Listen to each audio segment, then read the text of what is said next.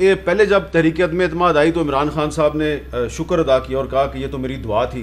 बाद में फिर उन्होंने एक नया मौक़िफ़ इख्तियार किया, उन्होंने कहा कि ये तो एक बैनुल क़ौमी साजिश है। ज़रा देखें इमरान खान साहब के बयानात जो हैं वो कैसे तब्दील हुए हैं। दुआ ही कर रहा था कि किसी ना किसी तरह ये अदम एतमाद की वो दर्ज कर दे।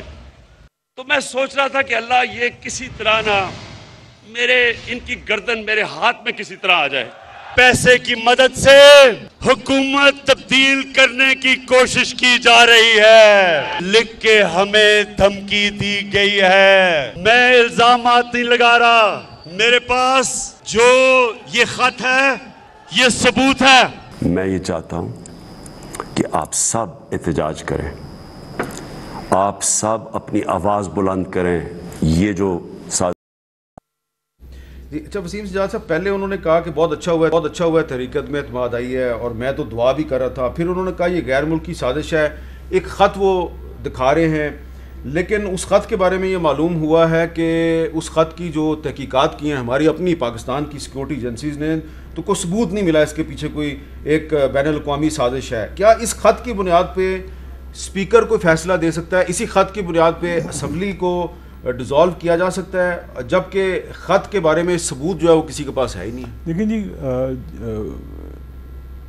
जो पार्लिमानी निज़ाम होता है सदियों से इंग्लिस्तान में चला आ रहा है। कुछ चीज़ें होती हैं लिखी होती हैं, कुछ चीज़ें होती हैं जो कि रवायात होती हैं, कुछ चीज़ें होती हैं कॉमन सेंस पे चलती हैं, लेकिन सब की बुनियाद होती है फेयरनेस कि भी एक जेंटलमैन किस्म की एक अंडरस्टैंडिंग होती है कि इन हालात में क्या करना है। अब अगर ये कोई साजिश का एलिमेंट था तो फिर इसको पार्लियामेंट के सामने लाया जाना मुनासिब था, चाहे उसको एक इन कैमरा सेशन कर लेते या पार्लियामेंट की किसी कमेटी के सामने कर देते। तो ये एक स्टेटमेंट पड़ी गई, वो जो ख़त है वो किसी ने नहीं देखा, स्पीकर ने भी नहीं देखा, उसकी बुनियाद पे फैसला करना कम से कम हमारे जो कानूनी असूल हैं उनके मुताबिक नहीं है। कानूनी असूल ये होते हैं कि अगर आपने इतना बड़ा फ़ैसला करना है तो पहले तो मटेरियल देखें, फिर ये है कि दोनों साइडों को सुन के आप फ़ैसला करें। तो बाकी ये है जी कि अब वो असेंबली तहलील करने के लिए या ये जो अदम एतमाद की चीज़ है उस चीज़ से बराह रास्त इसका ताल्लुक नहीं बनता, क्योंकि जो प्राइम मिनिस्टर के खिलाफ नो कॉन्फिडेंस आता है उसका कोई जवाज़ होना या ना होना वो रेलेवेंट नहीं होता। सवाल ये होता है कि क्या प्राइम मिनिस्टर के पास मेजॉरिटी है या नहीं है। तो अगर वो मेजॉरिटी नहीं है तो वो उनकी जो पोजीशन है एज प्राइम मिनिस्टर वो ख़त्म हो जाती है, अगर है तो वो कंटिन्यू करते हैं। तो ये मेरा ख़्याल में अभी तक पाकिस्तान के अंदर वो जो रवायत होती है, वो जो असूल होते हैं, वो कल्चर होता है जो डेमोक्रेसी, वो अभी पूरी तरह वो पाकिस्तान के कल्चर में नहीं आया। नासरा जावेद इकबाल साहब, ये जो ख़त है ये पाकिस्तान के जो डिप्लोमेट थे, सफारतकार थे अमेरिका में, असद मजीद ख़ान साहब, उन्होंने लिखा था 7 मार्च को। उसके बाद 16 मार्च को उन्होंने उसी जो अमरीकी सफारतकार हैं जिनके बारे में उन्होंने ख़त भेजा उनके एजाज़ में दावत की, और फिर 25 मार्च को जब वो वाशिंगटन से ब्रसल्स उनकी पोस्टिंग हुई तो उन्होंने अमरीकी हुकूमत का शुक्रिया भी अदा किया। तो जो इस ख़त का जो राइटर है उसकी ट्वीट्स और पब्लिक स्टांस कुछ और है, जो ख़त है वो कोई और कहानी बता रहा है। तो इस ख़त की बुनियाद पे पूरी अपोजिशन और कौमी असम्बली के 197 अरकान को हम मुल्क दुश्मन करार दे सकते हैं?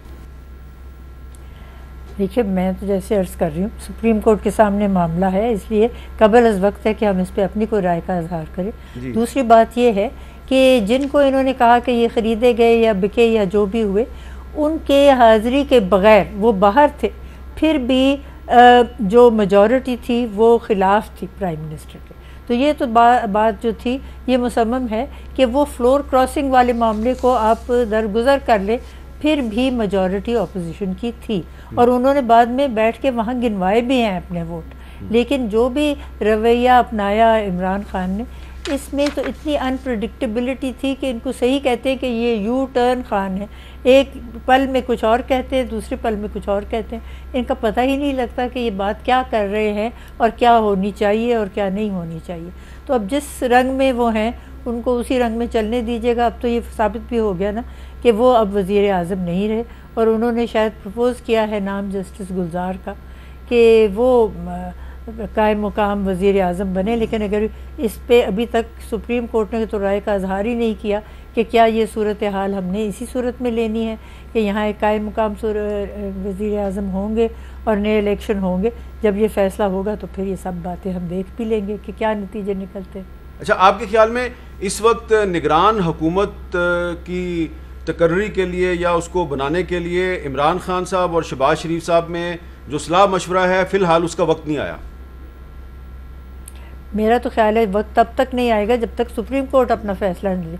और शहबाज शरीफ साहब ने तो इनकार कर दिया, उन्होंने कहा मैं इसमें कंसल्टेशन में शामिल नहीं हूँ। तो फिर क्या वो जिनके काम पे टांगती हैं उनसे मशवरा करेंगे?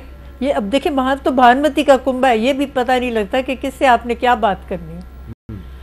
और ये बताइए कि जो जस्टिस गुलजार साहब का नाम दिया है, तो वो अभी कुछ अरसा पहले तक तो वो चीफ जस्टिस थे पाकिस्तान के, तो क्या इसमें कोई पाबंदी नहीं है कि जब तक उनके 2 साल पूरे नहीं होते तो वो इस तरह का कोई आईनी ओहदा दूसरा नहीं ले सकते? क्वाज़ी जुडिशल पोस्ट अगर हम इसको तस्वर करें तो फिर तो इसमें कोई अमर माने नहीं, लेकिन ये असल में क्वाज़ी जुडिशल पोस्ट तो नहीं है।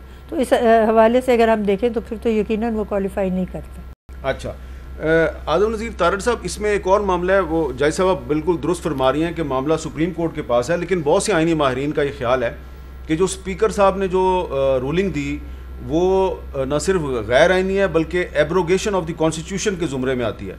और आज तमाम अपोजिशन रहनुमाओं ने प्रेस कॉन्फ्रेंस करके कहा जी कि इमरान खान साहब बगावत के मुर्तकिब हुए हैं। इसको आप साबित कैसे करेंगे कि ये बगावत कैसे हो गई, क्योंकि कॉन्स्टिट्यूशन तो अभी तक मौजूद है? देखिए, कॉन्स्टिट्यूशन को एज अ होल सस्पेंड करना या उसको एब्रोगेट करना, कहीं पे भी ये मंशा नहीं है कि वही आर्टिकल 6 का इतलाक़ उस पर होगा। यूँ समझ लीजिए कि मार्शल लॉ लगाने से आर्टिकल 6 नहीं लगता, और भी इंस्टांसेस हैं। आइन में मुख्तलिफ़ चीज़ों को करने के लिए एक मेकनिज़म प्रोवाइड किया गया है, और जब उस मेकनिज़म को टॉपल किया जाएगा, उसको तहवाला किया जाएगा, तो ये आइन की, इससे मैं समझता हूँ कि ब्लेटेंट अटैम्प्ट नहीं हो सकती उसको सबवर्ट करने की। आर्टिकल 95 स्टैंड अलोन प्रोविजन है, जैसे वसीम सजाद साहब ने कहा, उसमें पूरा प्रोसीजर दे दिया गया है। उसको जिन फ्लिम्जी ग्राउंड्स तो हैं ही नहीं थी वो बेसिकली। देखिए, अगर वो ख़त वाली ग्राउंड लेते हैं, फैक्चुअली अगर बात करें ना, वो आलमी साजिश 7 मार्च को पता चल गई, 8 को जब अदम एतमाद आई, ना उस दिन वो आलमी साजिश थी। जिस दिन उसकी स्क्रूटनी हुई सेक्रेटरी असम्बली ने की, उस दिन भी वो आलमी साजिश नहीं थी। जब इन्होंने कहा कि हम 25 मार्च को रख रहे हैं, उसको एजेंडे पे ला रहे हैं, सुप्रीम कोर्ट ऑफ पाकिस्तान ने तलब किया इन्हें और कहा कि आप वो क्यों नहीं लगा रहे, तो इन्होंने कहा जी कि OIC की वजह से नहीं लगा रहे। भाई, आप उस दिन सुप्रीम कोर्ट ऑफ पाकिस्तान में पेश कर दें एक लिखा हुआ चिट्ठा जिसमें वो सील्ड लिफाफे में हो कि सर ये कौमी सलामती का मशवरा है, अच्छा हुआ है आपके पास आ गए हैं लोग, आप इस पर एक्शन लें। ये तो मुल्क के ख़िलाफ़ एक बहुत बड़ी साजिश है। 25 तारीख को जब इस पर लीव ग्रांट होनी थी, वो सबसे अप्रोप्रिएट टाइम था कि हाउस ने लीव ग्रांट करनी थी। स्पीकर साहब कहते कि मैं इन कैमरा सेशन करता हूँ और आपको बताता हूँ कि ये मुल्क के ख़िलाफ़ साजिश है और आप इसका हिस्सा ना बने, और MNAs के अरकान कौमी असम्बली के व्यूज़ लेते वहाँ पे। उस दिन तक भी कोई साजिश नहीं थी। जिस दिन स्कोर 177 पे पहुँचा, यानी कि इनके इत्तेहादी इन्हें छोड़ गए और 186A के रेफरेंस में इन्हें वो इंजंक्टिव ऑर्डर नहीं मिला कि जो लोग पार्टी तब्दील करके जाएं उनको वोट डालने से रोका जाए, और उन्होंने 3 दफ़ा ये ऑर्डर मांगा और सुप्रीम कोर्ट ने कहा कि ये नहीं होता, तो फिर अटॉर्नी जनरल साहब ने कहा कि हम ये राय मुस्तकबिल के लिए ले रहे हैं, फॉर फ्यूचर कोर्स। तो कौम इतनी पागल है कि कौम को समझ नहीं आई कि वो अच्छा इसको भी छोड़ दे। अभी 3 अप्रैल को जिस दिन इस पर वोटिंग होना थी, ऑर्डर ऑफ डे एक दिन पहले जारी हुआ है। इमरान खान साहब गली गली मोहल्ले मोहल्ले ये शोर मचा रहे हैं कि मेरे बगल में एक ख़त है, मैंने सिक्योरिटी कमेटी में भी रखा है, नेशनल सिक्योरिटी कमेटी में भी रखा है, मेरे बगल में ख़त है। स्पीकर साहब के कंसर्न्स अगर इतने शदीद थे तो ऑर्डर ऑफ डे पे डालते ना कि वोटिंग से पहले ये एजेंडा है, 1 रोज़ पहले मैं जारी कर रहा हूँ, मैंने इस ख़त पे बात करानी है क्योंकि इससे मुल्क की सालमियत जुड़ी हुई है जी।